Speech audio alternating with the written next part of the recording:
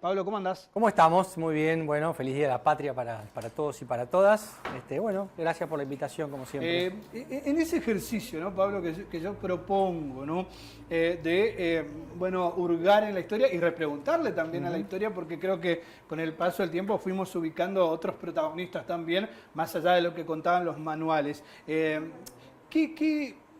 ¿Qué debe saber aquel que está mirando la televisión ahora y por qué la importancia de seguir rescatando estas fechas que son tan nuestras, ¿no? La Revolución de Mayo, bueno, el primer gobierno patrio también y todo lo que tiene que ver con, bueno, ir hilvanando esa historia que al día de hoy, incluso, increíblemente, hay cuestiones que se siguen debatiendo, ¿no?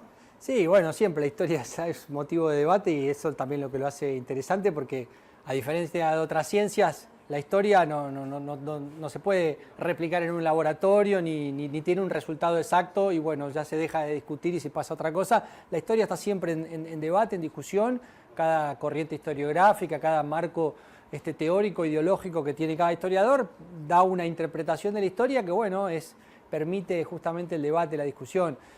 Yo creo que en el contexto en el que estamos hoy en la Argentina, en la situación en la que estamos, en el momento en el que está el mundo incluso, está bueno esto de pensar al 25 de mayo como una fecha emblemática, clave en lo que es el proceso de gestación de la República Argentina, ¿no? Es el momento en el que los argentinos, los habitantes de este territorio, que era más amplio en esa época, que tenía otra espacialidad, otra cartografía, pero que en definitiva eran los habitantes de lo que hoy es la República Argentina, empezaron a gestar un nuevo país, una nueva nación, que soñaron con ciertas características políticas, económicas, culturales, y que bueno, el 25 de mayo fue esa acción concreta de asumir el gobierno propio por primera vez para, bueno, a partir de allí empezar a dar respuestas a un clamor que había, que era justamente la de transformar el orden social vigente, y a partir de ahí dar inicio a todo este largo proceso histórico que nos conduce hasta el presente y lo que somos hoy como país. O sea que el 25 de mayo es un poco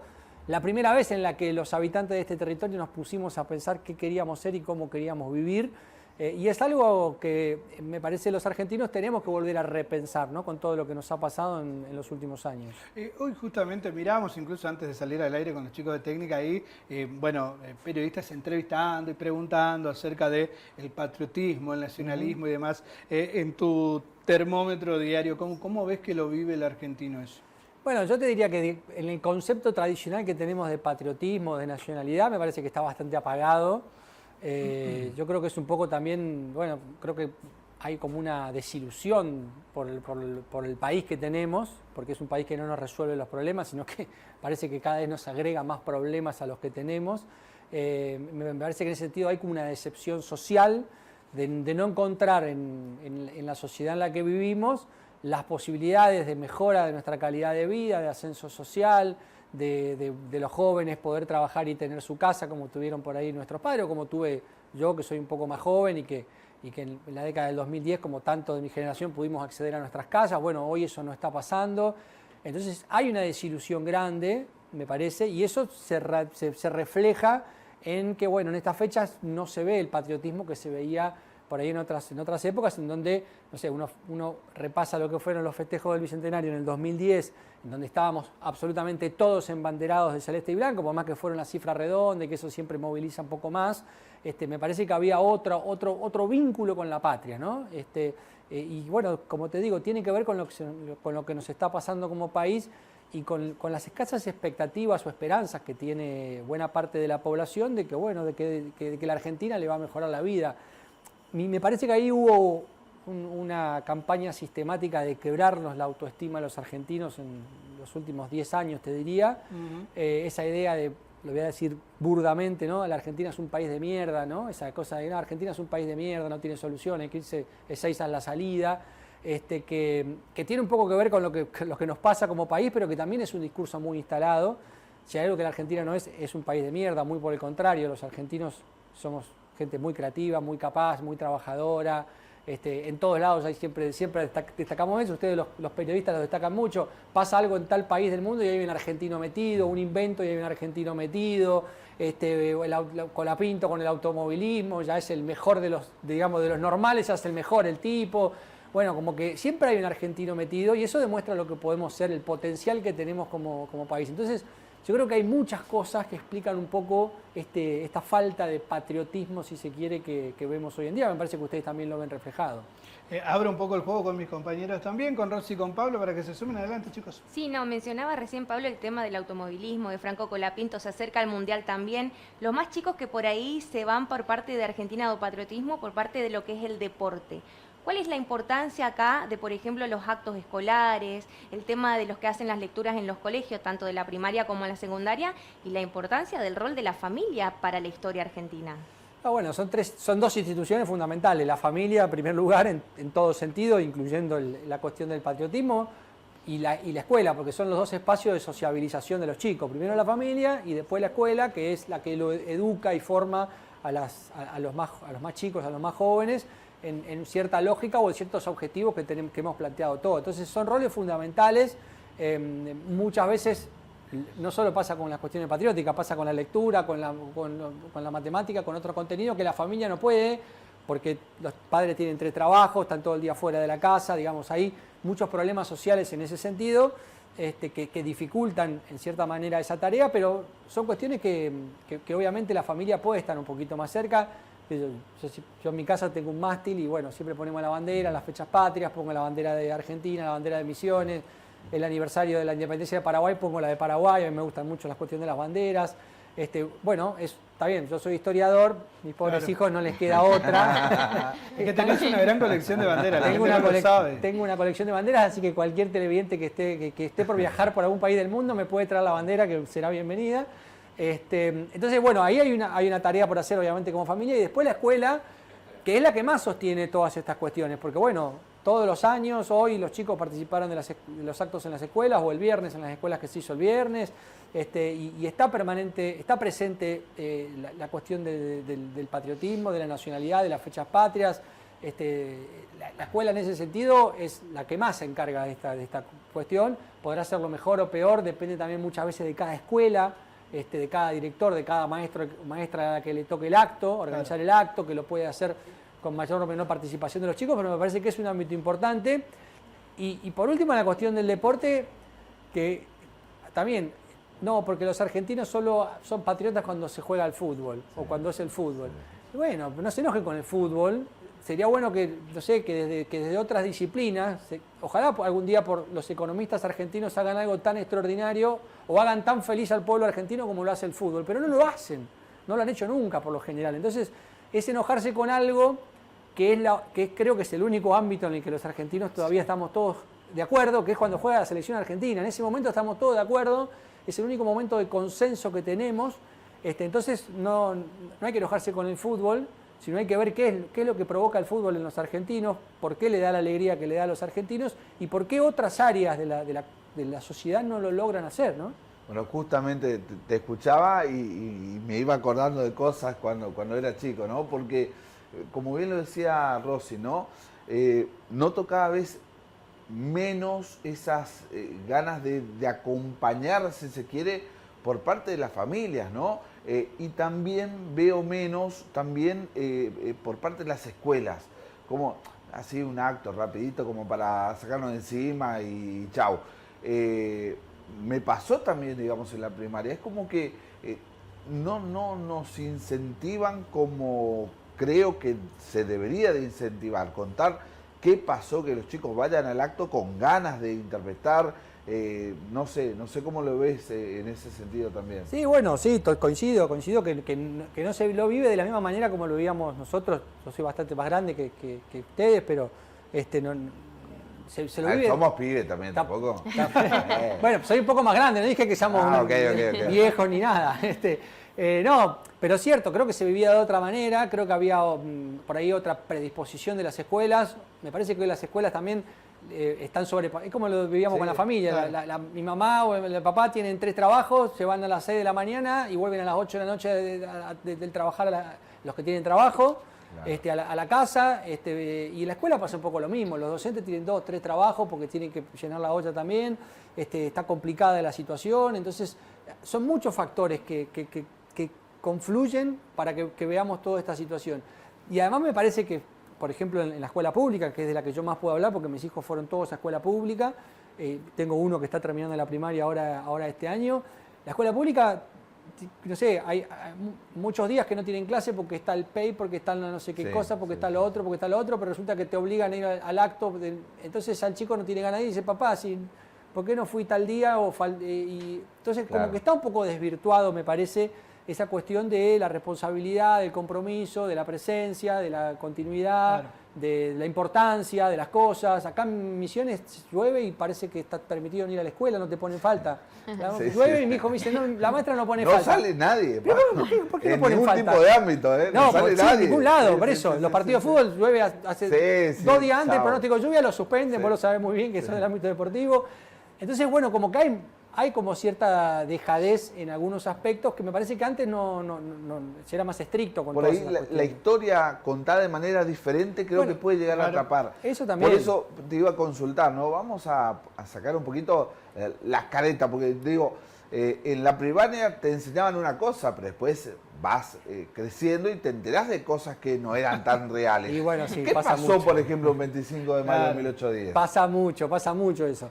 No, bueno, el 25 de mayo de 1810 es la culminación de un proceso histórico de larga duración, pero también de corta duración, porque nosotros conocemos la Semana de Mayo y es muy interesante todo lo que está pasando en esa Semana de Mayo en Buenos Aires, que se inicia el 18 de mayo, cuando el virrey Cisneros publica una proclama al pueblo de Buenos Aires informándole que la Junta Central de Sevilla había caído en manos de los franceses. Ya el rey estaba prisionero, se había formado esa junta también cae y España queda sin poder, queda céfala la monarquía, absolutamente, y cuando llega esta noticia, el virrey la publica el 18 y le dice a los habitantes de Buenos Aires, yo voy a asumir el gobierno, espero que Buenos Aires se mantenga leal como siempre lo ha hecho. Bueno, no ocurrió eso, ¿por qué? Porque distintos sectores sociales, fundamentalmente liderados por criollos, pero también había españoles, querían modificar el orden social vigente. Cada sector social tenía sus propios objetivos, por eso no existió una sola revolución de mayo, o cuál era el programa político de mayo, qué querían.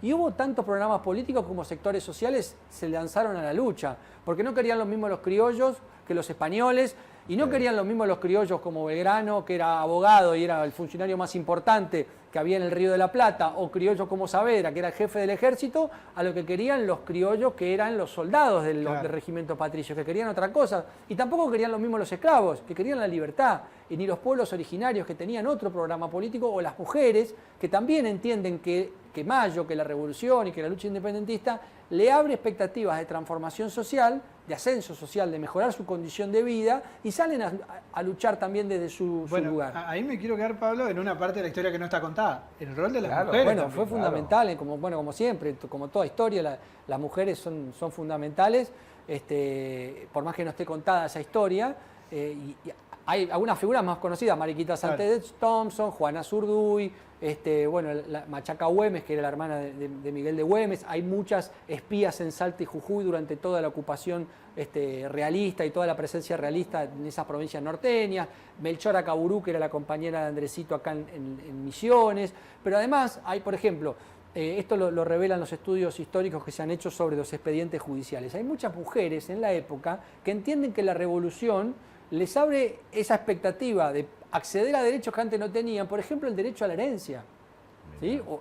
Porque no les correspondía, porque siempre le correspondía a los hermanos varones, o el derecho con quién casarse. Las mujeres no podían decidir con quién casarse, lo decidía el padre, no ellas, el padre o el hermano. Si el padre no estaba, la tutela de la mujer pasaba a manos de los hermanos varones. Entonces hay muchas mujeres que dicen, no, yo me quiero casar con esta persona porque estoy enamorado de esta persona, o por lo que sea, y me quiero... Entonces hay muchas peticiones de las mujeres ante la justicia porque entienden que cambió el orden vigente y que la revolución les permite eso. Entonces quieren cambiar lo que era el antiguo régimen de la monarquía absoluta, quieren gestar una nueva sociedad. Y entonces, bueno, por eso después también vienen las guerras civiles, porque claro, había tantos proyectos distintos que empiezan en colisión, porque bueno, ¿hasta dónde vamos a transformar el orden social? ¿Hasta dónde vamos a avanzar? ¿Hasta dónde vamos a otorgar derechos? ¿Vamos a liberar a todos los esclavos, como decía San Martín? ¿O vamos a decretar la libertad de vientres, como termina diciendo la Asamblea, y la libertad y el fin de la esclavitud en la Argentina va a ser en 1853? Digamos, bueno, todas estas discusiones están. ¿Vamos a traer un trato igualitario con los pueblos originarios, como plantea San Martín y Artigas? o vamos a hacer una política tutelada, como plantea Buenos Aires, para que los pueblos originarios sean libres, entre comillas, pero los gobernamos nosotros porque ellos son incapaces de gobernarse a sí mismos. Bueno, todas estas discusiones son las que abre el 25 de mayo, y en la medida en que la guerra de la independencia se empieza a ganar, empiezan a aparecer los conflictos internos. Perfecto. Quería preguntarte, Pablo, estos documentos que decías judiciales que por ahí históricamente fueron trabajados y demás, ¿cuándo empezaron a aparecer para poder contar esa parte de la historia? Porque por ahí uno cuenta la parte de la historia, más que nada también entendiendo a quién va dirigido, ¿no? La parte primaria, secundaria, pero también cómo sigue esto.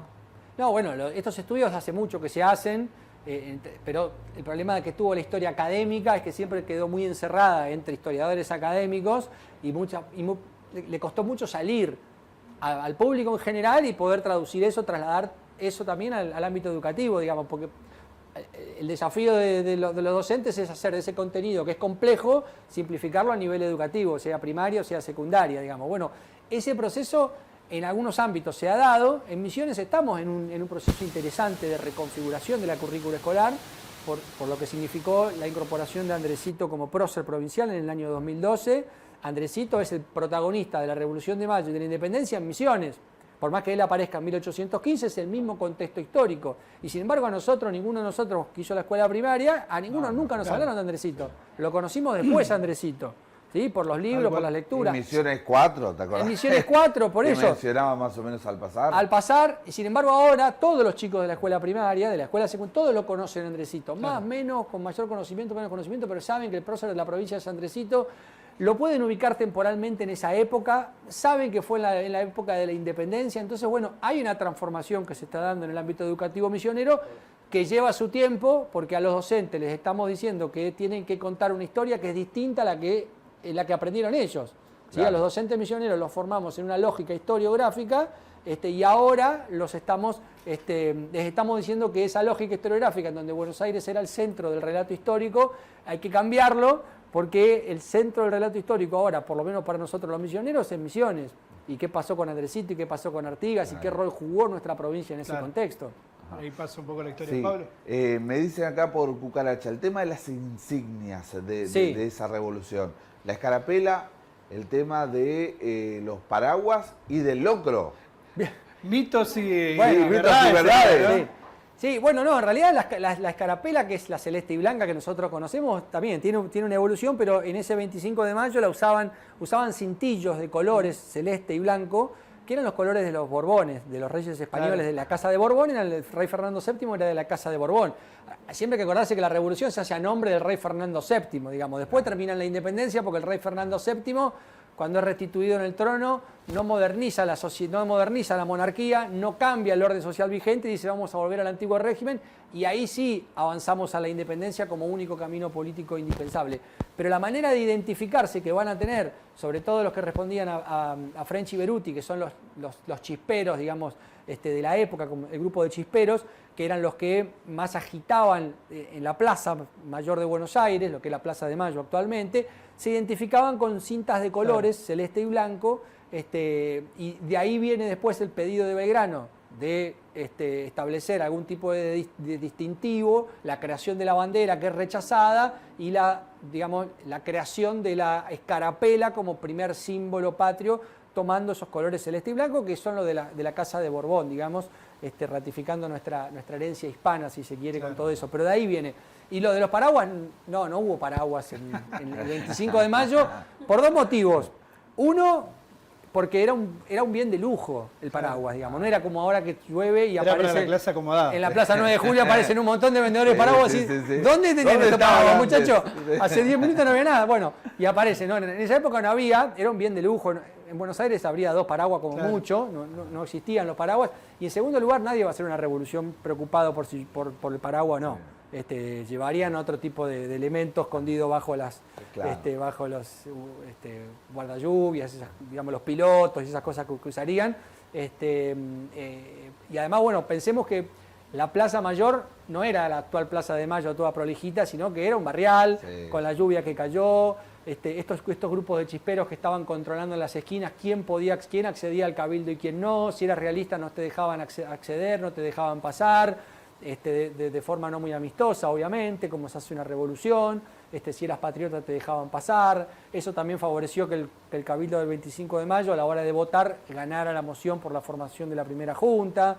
Bueno, fue toda una cuestión muy interesante. Estamos viendo una imagen de lo que era el Cabildo, claro, y la Plaza de Mayo en ese momento. Bueno, imagínense eso, todo mojado, es un barrial. Sí. Claro. Y bueno, en ese contexto es que se desarrolló el 25 de mayo. Y bueno, lo del locro, sí, el locro era una comida tradicional de la época, con los ingredientes que había en ese momento, pero ya era una comida típica, digamos. La verdad que un recorrido que nos da ganas de pero viste que así es interesante, sí, la historia. Porque la tratamos de hacer interesante, no es lo mismo que en una clase, ¿no? Pero hay que quedarnos ahí entonces, porque el tiempo era lo importante, llovía. Porque viste la frase esa que dice, llueve desde 1810. Sí. Llueve, no, llovía, el 25 de mayo de 1810 llovía. Pero bueno, por eso la imagen del Cabildo, pero con los paraguas que yo creo que están puestos también justamente para demostrar que llovía, ¿no? Pero es un poco una cuestión poética. Una cuestión poética, una libertad poética que se tomó el artista, que bueno, que está bien. Lo importante era lo que estaba ocurriendo en el Cabildo y afuera con toda esta movilización popular, porque también los patricios, el regimiento patricios, que era la única fuerza militar que había en el Río de la Plata, estaba compuesta totalmente por criollos de clase baja, de sectores populares.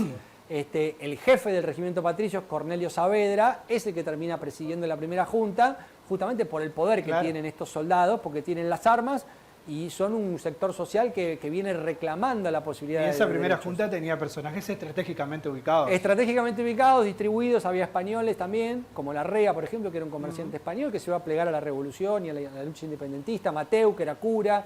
Después estaba Moreno, Castelli, Belgrano, Paso, que eran los tipos por ahí intelectualmente más brillantes que había en la época.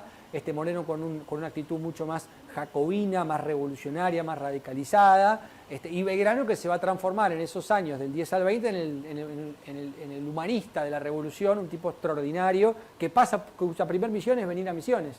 Su primera tarea fue venir a Misiones, lo mandan acá a Misiones y a Paraguay, él pasa por acá, por nuestra provincia, en diciembre de 1810 y después a comienzos de 1811, redacta el famoso reglamento para los 30 pueblos, digamos.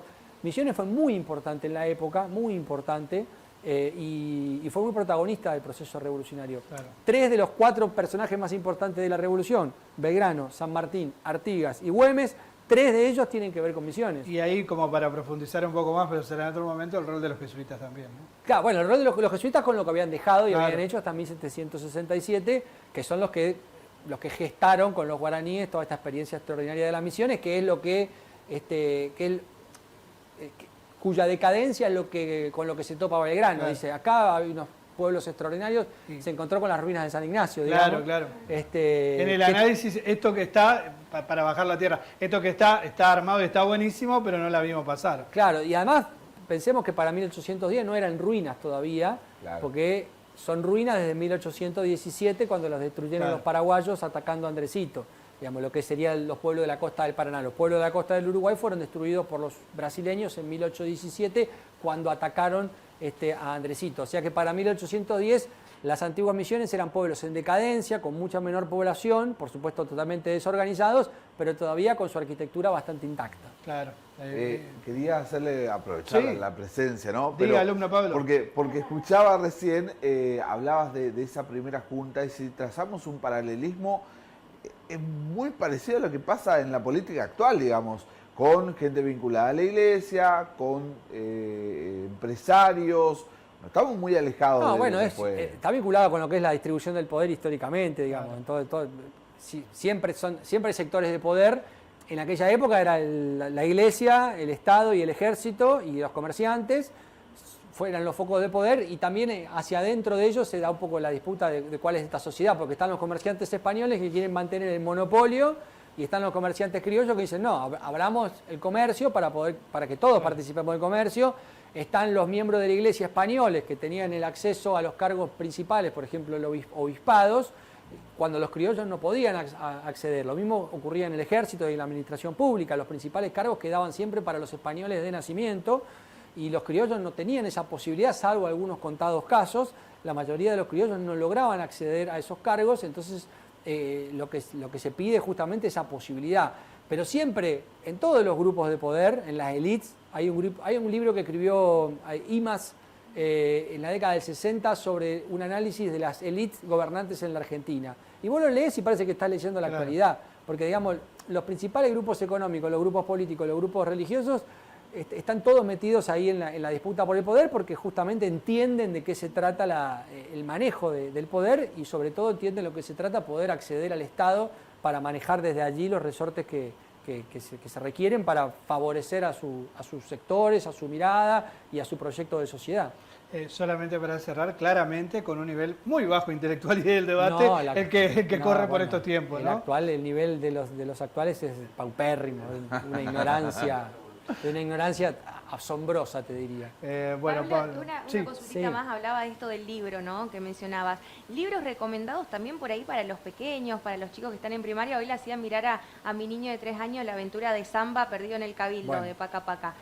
Un poco por ahí también por lo audiovisual. ¿Qué podemos tener en cuenta en casa para poder transmitir esto? No, bueno, para los más chiquitos, Samba me parece que fue extraordinario. Mi hijo más grande, que ya está en la universidad, le tocó toda esa etapa y él sabía todo de Güemes, de Artigas, de San Martín, de Belgrano, porque consumía Paca Paca y consumía Samba. Y me parece que es lo mejor que se produjo en la Argentina en ese sentido de revisión del pasado. Juana Zurduy, el rol de las mujeres, el rol de la ciencia en la Argentina, bueno, todo eso lo incorpora Paca Paca para los más chicos. Y por ahí para los más grandes es un poco más viejo, pero yo lo sigo recomendando, que es Algo habrán hecho, el programa que hizo Pergolini con Felipe Piña en su momento. Estamos hablando de años, no sé, 2000 y pico, comienzo de los 2000, 2010. 2002. Sí, o por ahí, no sé, hace un montón, hace como 20 años atrás. Pensado, que es muy bueno de Piña. Felipe después ha hecho muchas cosas, y si no, los invito a ver nuestro canal, misionestienehistoria.com.ar, el canal de YouTube también de Misiones Tiene Historia, que tenemos mucho material. Hablamos también de la Revolución de Mayo, el 9 de julio, las grandes efemérides nacionales vistas desde Misiones, y también generamos mucho contenido de nuestra historia, nuestras historias locales, de los municipios, de los departamentos, nuestras efemérides, que también son importantes porque, bueno, son lo que somos. Tal cual, tal cual. Y en este tiempo donde se ataca tanto a la memoria, es bueno indagar siempre en la historia. Siempre la historia viene bien para repensar nuestro presente y proyectar el futuro, como solemos decir los historiadores.